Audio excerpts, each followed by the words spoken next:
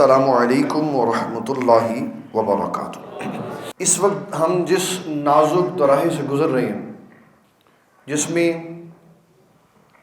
حضور صلی اللہ علیہ وسلم کے صحابہ کرام، حضور صلی اللہ علیہ وسلم کی ازواج پاک، آپ صلی اللہ تعالیٰ علیہ وسلم کی اہل بیت کو آپس میں ایک دوسرے کے ساتھ مقابلہ کروا کے ایک دوسرے کی عزت کو اوپر نیچے کرنے کی کوشش کی جا رہی ہے، اور بالخصوص حضرت سیدنا صدیق اکبر، حضرت سیدنا فاروق اعظم اور حضرت سیدنا عثمان غنی رضی اللہ تعالیٰ عنہ کے مقام و مرتبے کو جس طرح خراب کیا جا رہا ہے، اس میں جتنے بھی صحیح نظریات کے لوگ ہیں، چاہے وہ اس پلیٹ فارم پہ یا کسی اور جگہ، انہوں نے پورے جماعت الثانی میں اپنی پوری قوت کے ساتھ پروگرام کا انعقاد کیا، مختلف عنوانات رکھے اور لوگوں کو یہ سمجھانے کی کوشش کی کہ امت کا 1400 سالہ یہ عقیدہ ہے کہ ساری کائنات میں انبیاء اور رسولوں کے بعد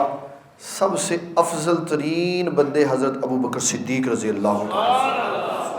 لیکن بدقسمتی یہ ہے کہ ہم ایسے سسٹم میں ہیں جہاں ہم حضرت ابو بکر صدیق رضی اللہ تعالیٰ عنہ کی عزت و عظمت کی بات کرتے ہیں، وہاں تو نبی صلی اللہ علیہ وسلم کی ختم نبوت کے اوپر حملے ہوتے ہیں، تو ہم ان کے اوپر بھی بات کرتے ہیں، سیدنا صدیق اکبر کی عظمت و شان پہ بھی بات کرتے ہیں۔ ایک خاص سوچی سمجھی پلاننگ ہے، میں اس کی طرف آپ کی توجہ کروانا چاہتا ہوں۔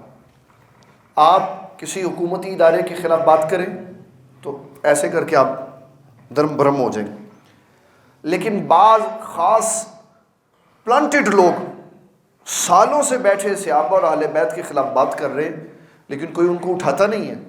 کیوں؟ ان کو خود بھیجا گیا کہ جاؤ یہ فتنہ قوم کے اندر پیدا کرو تاکہ بھائی بھائی سے لڑ پڑے، شرازہ امت کے بکھر جائے اور مسلمانوں کا اتحاد کسی صورت میں پیدا نہ ہو سکے۔ اتحاد کیا تھا؟ اتحاد یہ تھا کہ حضور صلی اللہ تعالیٰ علیہ وسلم، آپ کے تمام صحابہ، آپ کی تمام ازواج اور آپ کی ساری اہل بیت پوری امت کے لیے عزت و احترام والی شخصیات ہیں۔ کسی کو بھی یورپ میں جب فتنہ پھیلا، لوگ کہتے تھے تمہیں ہلاکو خان نے تہس نہس کر دیا اور برباد کر دیا، یہودیوں کی نسلیں ختم کر دیں۔ انہوں نے وہاں متفق قانون بنایا کہ آئندہ کے بعد کوئی یہودیوں کے اس ٹاپک کو ڈسکس نہیں کرے گا، اس کو ہولوکاسٹ کا نام دے دیا، کوئی بات کرے گا اس کو سزا ہوگی، یہاں تک کہ یہودیت کو قتل کیا گیا، اس پہ بات کرنے والے کو یورپ میں پھانسی دے دی جاتی۔ انہوں نے جب قانون سازی کی، نتیجہ یہ ہوا کہ آج فیس بک سے لے کے تمام سوشل میڈیا ان کے اس قانون کے پابند ہیں۔ جو ہی کوئی بندہ یہودیت کے خلاف کام کرتا اس کا پیج بلاک کر دیتے، بندہ غائب کر دیتے۔ کیوں؟ وہاں قانون سازی ہوئی، یہاں کوئی قانون سازی نہیں ہوئی، جس کی وجہ سے یہ میں تاریخ بتا رہا ہوں۔ 1974 7 ستمبر کو 295 کا قانون بنا۔ 1974 7 ستمبر کو 295 کا قانون بنا اور قادیانیوں کو کافر قرار دیا۔ اس کے بعد سے لے کے جس دن سلمان تاثیر کو قتل کیا گیا 2011 میں 37 سال ہے۔ کتنے سال ہیں؟ 37 سال۔ نوائے وقت نے پراپر یہ رپورٹ شائع کی کہ ان 37 سالوں میں 1000 سے زائد بندوں نے پاکستان میں رسول اللہ کی گستاخی کی، 37 سالوں۔ اور یہ وہ ہیں، اس میں وہ شامل نہیں جن کو طاقت والے لوگوں نے اپنے پرسنل جہازوں میں بٹھا کے بگایا، کرسی پہ بیٹھے ہوئے لوگوں کی بیویوں نے سفارشیں کر کے ان کے لیے جہاز تیار کروا کے ان کو باہر بگوایا، وہ شامل نہیں۔ یہ وہ کیسز ہیں جو عدالتوں میں رجسٹر ہوئے۔ تو 37 سالوں میں 1000 سے زائد بندے نے نبی صلی اللہ علیہ وسلم کی عظمت و شان پر حملہ کیا، حضور صلی اللہ علیہ وسلم کی نبوت کے مسئلے کو انہوں نے ڈسٹرب کیا اور ان کے پراپر کیس رجسٹر ہوئے۔ یہ نوائے وقت کی رپورٹ ہے جو میں آپ کو بتا رہا ہوں۔ پھر ان میں سیشن کورٹ نے 10 بندوں کو موت کی سزا دی۔ کتنے بندوں کو؟ 10 بندوں۔ موت کی سزا ہو گئی، بندے جیل میں چلے گئے۔ پھر سب سے بڑا یہ ایک اور بڑا المیہ کہ سزا موت کی دینے کے بعد پھر اس کو کہا جاتا ہے جہاں آپ سپریم کورٹ میں اپیل کر لیں۔ سپریم کورٹ میں جب کیس گیا تو 10 کے 10 بندوں کو سپریم کورٹ نے بری کر دیا، اور سپریم کورٹ نے جس کو پھانسی لگایا وہ تھا جس نے رسول اللہ کی عزت و ناموس کی حفاظت کی تھی۔ یہ ہمارا المیہ کہ جن کو پھانسیوں پہ لگایا جانا تھا ان کو چھوڑ دیا، اور جن کو چھوڑنا تھا اس کو پھانسی پہ لٹکا دیا۔ تو ہم اس وقت اس تذبذب میں ہیں کہ ہم جدھر دیکھتے ہیں ادھر کسی بڑی اور عظیم شخصیت کے اوپر تنقید ہو رہی ہے۔ یہ ایک دن میں نہیں ہوا، یہ ایک دن میں، یہ پہلے بڑے بڑے بزرگوں سے بات شروع ہوئی، کوئی نہیں بولا، امام ابو حنیفہ پہ بات ہوئی، کوئی نہیں بولا، صحابہ پہ بات ہوئی، کوئی نہیں بولا، تو پھر ختم نبوت پہ حملہ ہو۔ یہ حملے کافروں نے نہیں کیے، اندر مسلمانوں نے کی، جنہوں نے، بابا جی سرکار فرمایا کرتے تھے یہ بھی رسول اللہ کی ختم نبوت پہ حملہ ہے کہ کوئی حضور کے بارے میں یہ کہہ دے کہ وہ ہمارے جیسے تھے۔ یہ بھی حملہ ہے ختم نبوت پہ کہ کوئی بندہ یہ کہہ دے کہ وہ ہمارے جیسے تھے۔ قرآن کہہ رہا کہ اگر وہ تمہارے جیسے تھے تو بتاؤ ان پہ تو وحی نازل ہوتی تھی، تم پہ نازل ہوتی؟ امت کا اس وقت مشترکہ المیہ جو ہے وہ یہ کہ ہم ہر طرف سے اضطراب کا شکار ہیں۔ ہماری وہ عظیم المرتبت شخصیات جن کے بارے میں لوگ نام سنتے تھے تو سر جھکا دیتے تھے، سینوں پہ ہاتھ لگا لیتے تھے، ان کی خواب کسی کو آ جاتی تھی تو لوگ وہ مقدر سمجھتے تھے، آج انہی کے خلاف بات ہو رہی ہے اور ببانگ دہل بات ہو رہی، کوئی روکنے والا نہیں۔ اس کی وجہ یہ ہے کہ قانون سازی نہیں، قانون بنا ہوتا۔ آج بھی اگر قانون بن جائے کہ صحابہ اور اہل بیت کے اختلافی مسائل کے اوپر جو ان کی شخصیات کے ساتھ ہے کوئی بات کرے گا تو وہ سزا کا مستحق ہوگا، تو ہر آنے والے دن میں حالات پہلے سے بہتر ہو جائیں۔ لیکن کون کرے گا؟ یہ تو خود قوم کو پلاننگ کر کے لڑایا گیا ہے تاکہ ان کو آپس کے اختلاف میں ڈال دو، ان کو بھوک میں ڈال دو، ان کو کپڑے اور روٹی میں ڈال دو تاکہ کہیں یہ سپر پاور نہ بن جائے اور ہم تباہ ہو گئے، برباد ہو گئے۔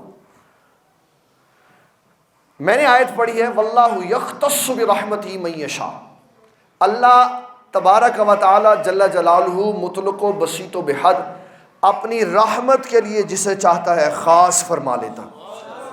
واللہ ذو الفضل العظیم، اللہ تعالیٰ بڑے فضل والا ہے، اس نے اپنی رحمت کے لیے جس کو خاص کیا اور سب میں نمایاں رکھا اس کا نام ہے حضرت ابو بکر صدیق رضی اللہ تعالیٰ۔ جس موقع پر جان دینے کی ضرورت پیش آئی اس موقع پر سب سے آگے حضرت ابو بکر صدیق کھڑے تھے۔ اعلیٰ حضرت نے اس کی عکاسی کی، فرمایا صدیق غار میں جان ان پہ دے چکے، حفظ جان تو جان فروز غرر کی ہے کہ جان بچانی فرض ہے، وہ انہوں نے غار میں رسول اللہ کے سپرد فرمایا۔ تو جن موقعوں پہ جان کا خطرہ تھا، ہجرت دیکھ لیں، ہجرت میں سب سے بڑا خطرہ جان کا تھا کہ کافر دروازے پہ کھڑے تھے قتل کرنے کے لیے معاذ اللہ، تو سیدنا صدیق اکبر رسول اللہ کے ساتھ جائے۔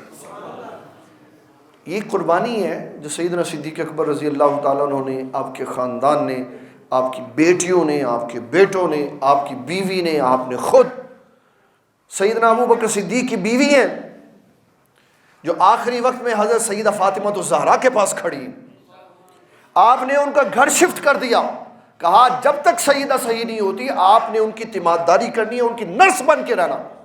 حضرت ابو بکر صدیق رضی اللہ تعالیٰ عنہ پہلے دن سے دیکھ 60 سالہ رفاقت ہے حضور کے ساتھ۔ کتنے سالہ؟ 60 سالہ۔ بچپن بھی وہی ہیں، جوانی بھی وہی ہیں، ختم نبوت بھی وہی ہیں، اعلان نبوت بھی وہی ہیں، ہجرت بھی وہی ہیں، مارے بھی وہی ہیں اور جان نثاری بھی وہی ہیں۔ کوئی ایک جگہ ایسی نہیں ہے جہاں حضرت ابو بکر صدیق نظر نہ نبی صلی اللہ علیہ وسلم کے ساتھ آئے۔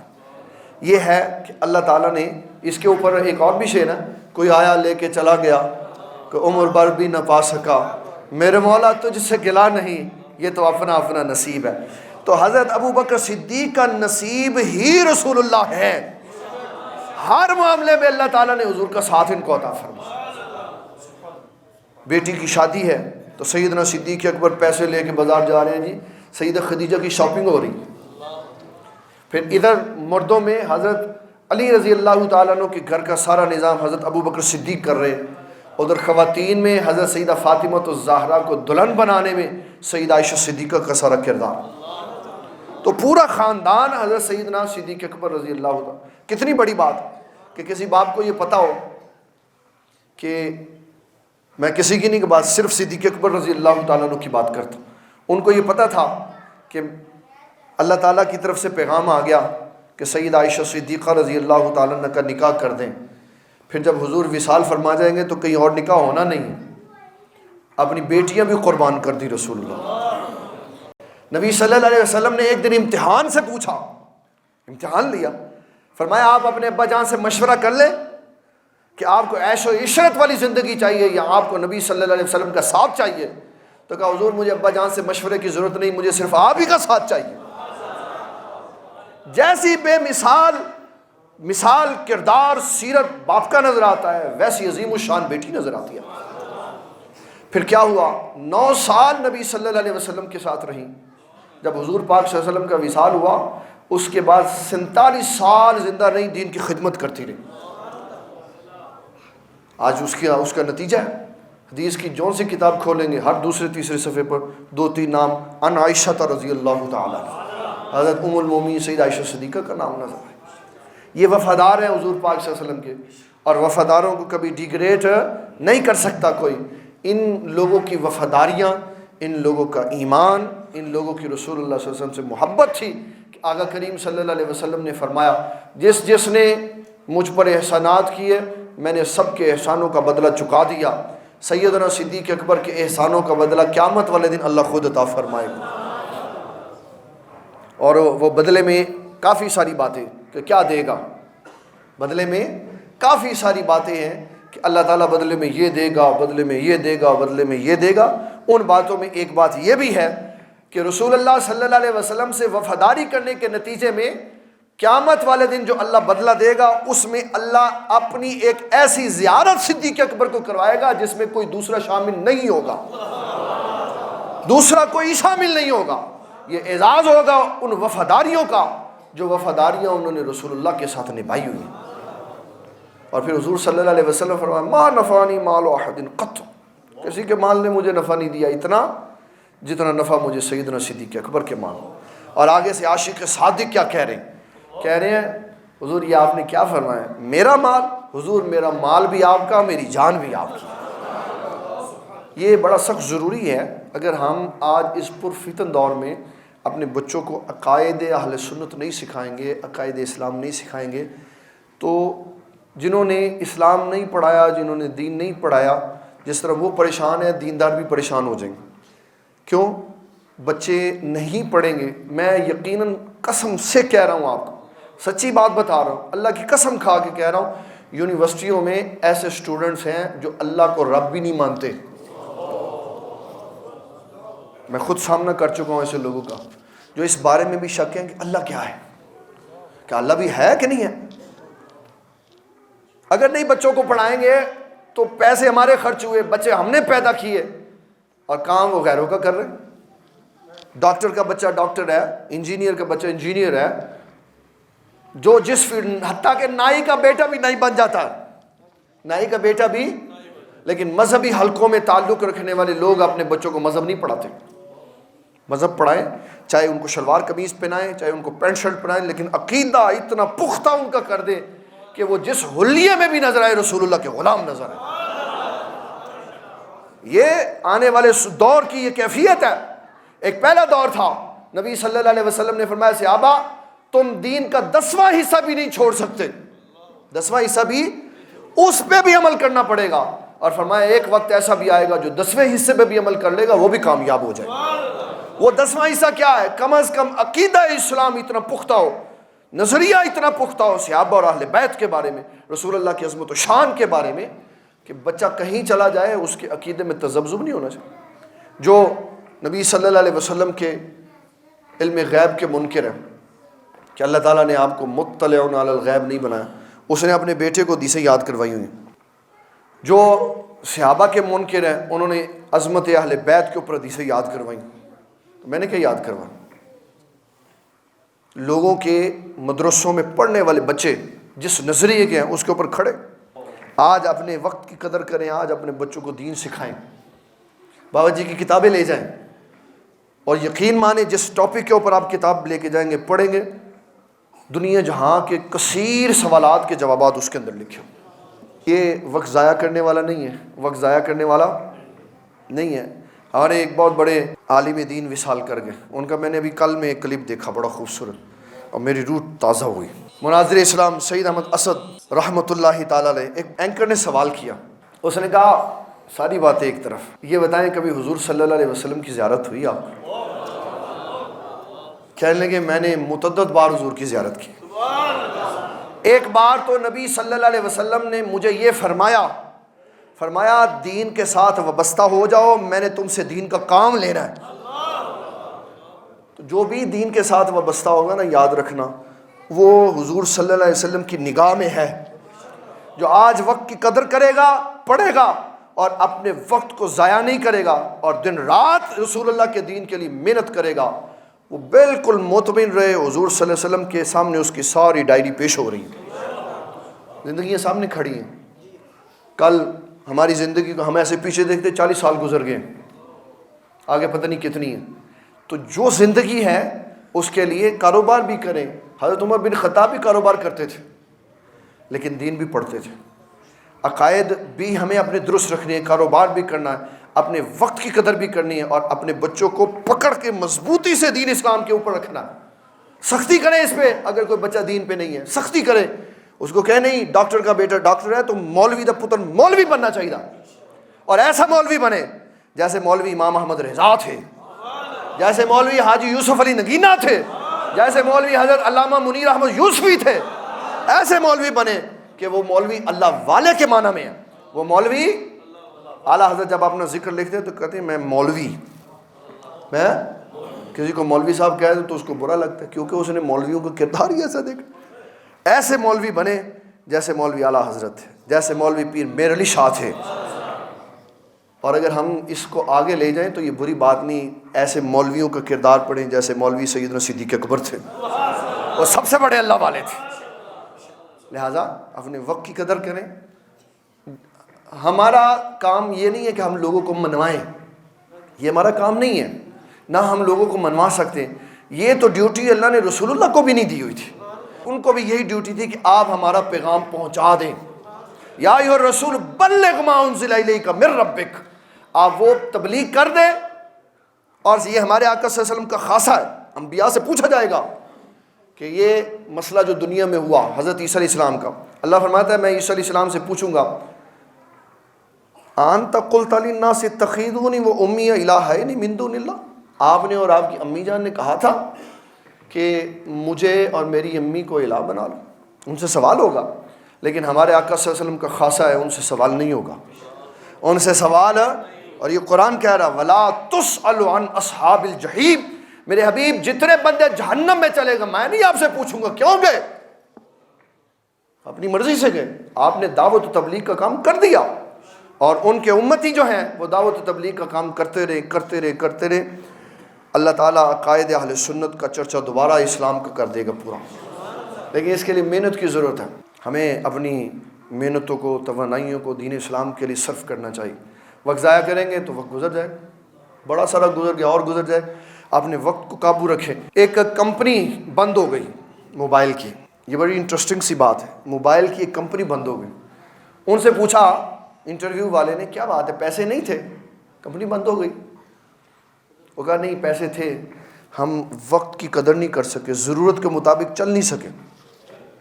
اگر ضرورت کے مطابق نہیں چلیں گے تو ختم ہو جائیں گے, اور اگر ضرورت کے مطابق چلیں گے, اسلام کا کام کریں گے, تو ایک بندہ کام کرے تو اللہ اس کا نام ساری دنیا میں پہنچا دیتا. رسول اللہ نے ایک بندہ مانگا تھا, کتنے بندے مانگے تھے؟ اللہم اید الاسلام بعمر بن خطاب, یا اللہ اسلام کی مدد عمر بن خطاب کے ذریعے سے کر دے. تو کیا ہوا, 3 برے اعظموں میں عمر بن خطاب نے اسلام پہنچا دیا, اور اس پیغام کے پہنچانے میں بنیاد کون تھے؟ سیدنا صدیق اکبر رضی اللہ عنہ. لہٰذا عقائد میں بڑے پختہ رہیں, اور ہمارا عقیدہ اہل سنت بالکل روز روشن کی طرح یہاں ہے.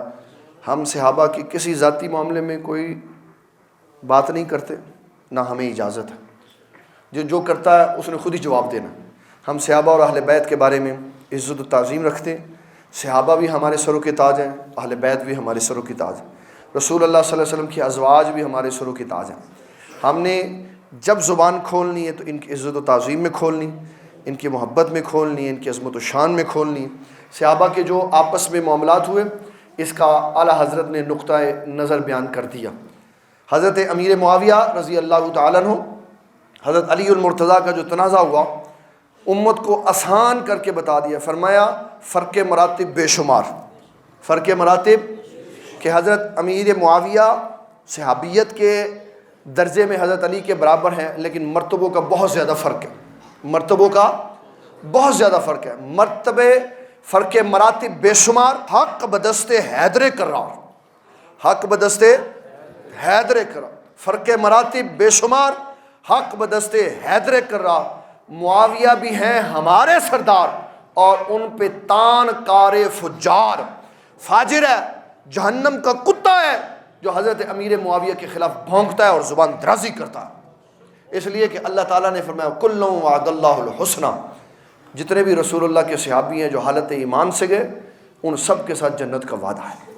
یہی ہمارا عقیدہ ہے اور یہی ہمارا نظریہ ہے اور یہ اس پلیٹ فارم کی بات ہے. اللہ تعالیٰ ہمیں قیامت تک ہماری نسلوں کو عقیدہ اہل سنت پر پختہ کار فرمائے. وما علینا الا البلاغ المبین.